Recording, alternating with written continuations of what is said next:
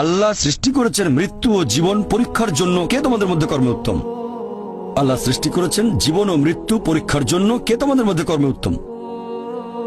আল্লাহ পবিত্র কোরআনে বলেছেন, সূরা আলে ইমরান অধ্যায় নম্বর 3 আয়াত 185, আল্লাহ বলেছেন, কুল্লু নাফসিন যায়কাতুল মউত। প্রত্যেক জীব মৃত্যুর স্বাদ গ্রহণ করবে, আর চূড়ান্ত বিচার হবে রোজ কিয়ামতের দিনে। যাকে সেদিন দোজখ থেকে রক্ষা করা হবে আর বেহেশতে দাখিল করা হবে, সেই পৃথিবীর উদ্দেশ্য অর্জনের সফল কাম। কারণ এই পার্থিব জীবন ছলনাময় ভোগ ব্যতীত আর কিছুই নয়।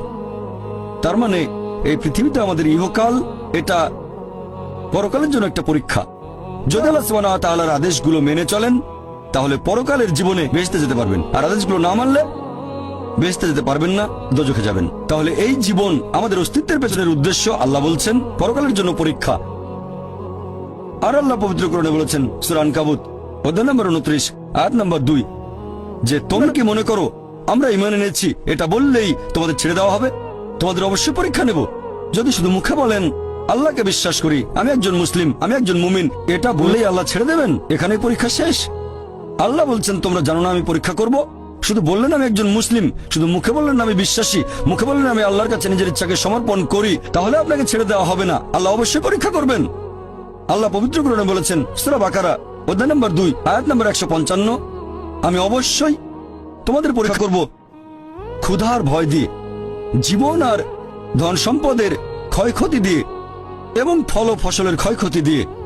আর শুভ সংবাদ দাও তাদের যারা ধৈর্যশীল, আল্লাহ সবাইকে পরীক্ষা করবেন ভয় দিয়ে, ক্ষুধা দিয়ে, জীবন আর ধন সম্পদের ক্ষয়ক্ষতি দিয়ে, ফল ফসলের ক্ষয়ক্ষতি দিয়ে। আল্লাহ অবশ্যই পরীক্ষা করবেন।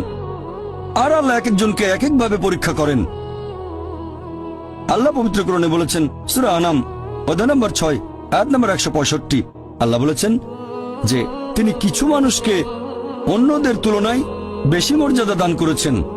আল্লাহ সুবহানাহু ওয়া তাআলা কিছু মানুষকে অন্য মানুষদের তুলনায় বেশি মর্যাদা দিয়েছেন। আল্লাহ কোরআনে বলেছেন সূরা নাহল অধ্যায় নম্বর 16 আয়াত নম্বর 71, যে তিনি কিছু মানুষকে অন্য মানুষের তুলনায় শ্রেষ্ঠত্ব দান করেছেন।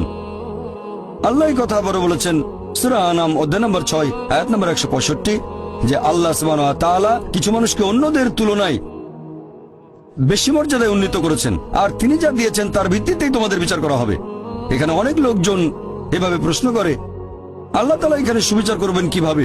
কেউ হয়তো জন্মায় গরিব পরিবারে, আবার কেউ জন্মায় ধনী পরিবারে, কেউ জন্মায় ভালো স্বাস্থ্য নিয়ে, কেউ জন্মায় অসুস্থ হয়ে।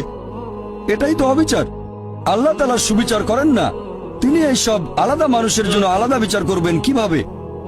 আমরা জানি যে পার্থিব জীবনে আছে জন্ম আর মৃত্যু, বিভিন্ন অসুখ হতে পারে, কেউ গরিব কেউ ধনী, এই সবই আসলে পরীক্ষা।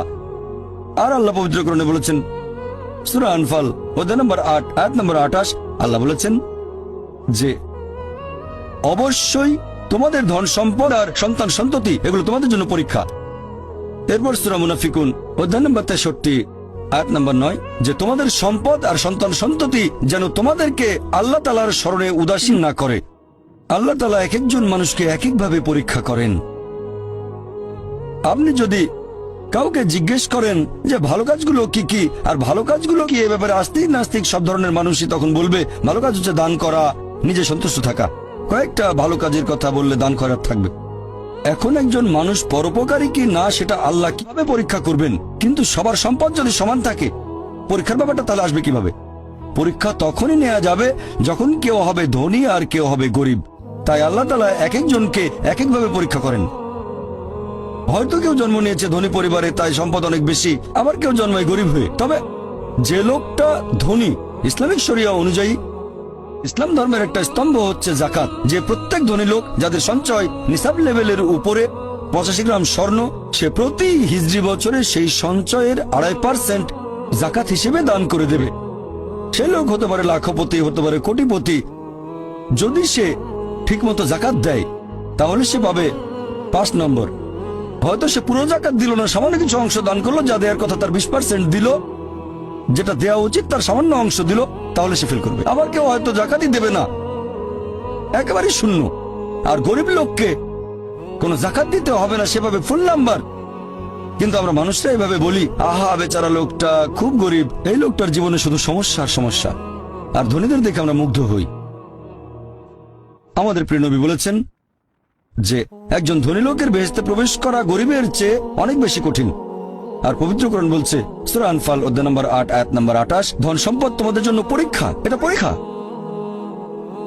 আমরা বোকা তাই এভাবে চিন্তা করি যে এই লোকটার অনেক টাকা, আল্লাহ অনেক রহমত দিয়েছেন, এটা একটা পরীক্ষা। যদি এই রহমত ঠিক মতো ব্যবহার না করেন এটা অবশ্যই রহমত, তবে এই পরীক্ষায় ফেল করার সম্ভাবনা অনেক বেশি। যেমন ধরেন বোর্ডের একটা পরীক্ষার প্রশ্ন গত বছরের কথা, 2 বছর আগের কথা, 2002 সালের কথা। সেবারের প্রশ্ন খুব কঠিন ছিল, বেশিরভাগ ছাত্রছাত্রী উত্তর দিতে পারেননি। পরের বছর সেই প্রশ্নটা আসলো না, তখন এটা বলা বোকামি, ও দুঃখ এবার তো আসলো না, আপনি তো খুশি হবেন যে এবার আসেনি। তাহলে সম্পদ একটা পরীক্ষা। তাহলে যাদের ধন সম্পদ নেই তাদের জন্য ধনীদের তুলনায় বেহেশতে যাওয়াটা অনেক সহজ। আল্লাহ এক একজনকে এক এক ভাবে পরীক্ষা করেন। সেজন্য আল্লাহ বলেছেন তোমাদের ধন সম্পদ যেন তোমাদেরকে আল্লাহ তাআলার স্মরণে উদাসীন না করে, এটা একটা পরীক্ষা। শেষ বিচারের দিনে তারা কোনোভাবেই আল্লাহ তাআলার বিচার আপত্তি জানাতে পারবে না। উল্টো তারা বলবে, সেদিন সব অপরাধীরা তাদের মাথা নিচু করে রাখবে আর বলবে আমাদের ক্ষমা করুন। তারা কোনো আপত্তি জানাবে না, শুধু বলবে যে আমাদের আরেকটা সুযোগ দিন, আমাদের আরো একবার এই পৃথিবীতে পাঠান, সেইবার আমরা অবশ্যই হব বিশ্বাসী।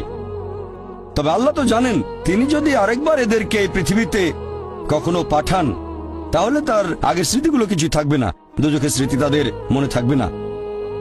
আল্লাহ ভালো করে জানেন তারা সেই আগের ভুলগুলো আবারও করবে।